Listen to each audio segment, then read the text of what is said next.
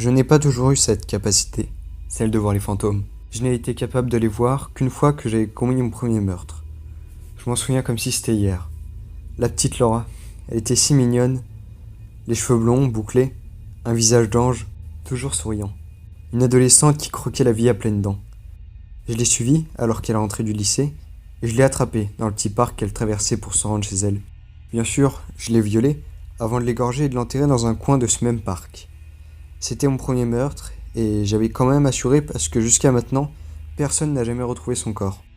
Et c'est peu de temps après que je l'ai vu, son fantôme. Il était transparent, silencieux. Il se tenait au pied de mon lit et ne faisait rien d'autre que de me regarder avec un air inquisiteur. Bien sûr, j'étais mort de trouille au début. Je pensais qu'elle était là pour se venger, pour me hanter, ou bien me pousser au suicide, d'une manière ou d'une autre. Mais elle restait là, sans rien faire.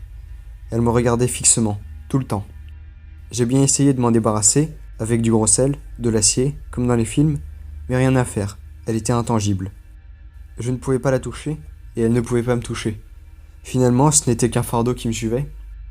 Peut-être espérait-elle que j'aie des remords, qu'elle me ferait avoir des quêtes de conscience, mais malheureusement pour elle, je n'en avais aucune de conscience. Au contraire, j'avais bien envie d'ajouter quelques fantômes à ma collection, donc j'ai commencé à chercher d'autres victimes.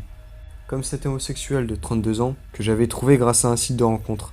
Après l'avoir étiré à l'écart dans une ruelle, je l'ai éventré et laissé pourrir là. C'était ma première victime connue, celle qui a lancé ma légende.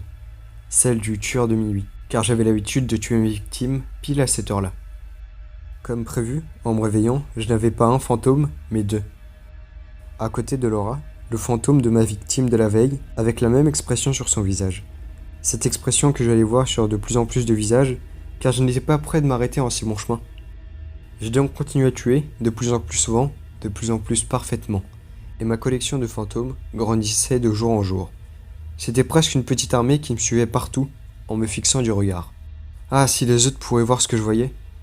Chaque visage était un hymne à ma gloire, à mon œuvre. Chaque visage me rappelait le soir où je l'ai assassiné. Je vivais les plus beaux jours de ma courte vie. Mais un événement a tout fait basculer. Quelqu'un avait eu la bonne idée d'imiter mon modus operandi et de tuer des gens de la même manière que moi. Mais ces victimes, il ne les choisissait pas au hasard, car il suivait mes pas. Il tuait alors les personnes de la même famille que mes victimes. Leur oncle, leur père, leur mère, leur sœur, jusqu'à ce que je le retrouve. Il avait tout d'un fan inconditionnel. Il m'a même demandé un autographe, que je lui ai bien sûr signé, avec son propre sang. Mais ce qui est intéressant, ce n'est pas ce copycat minable, mais ce qui s'est passé après. Au matin, son fantôme avait bien rejoint les autres, mais cette fois, cela ne me regardait plus.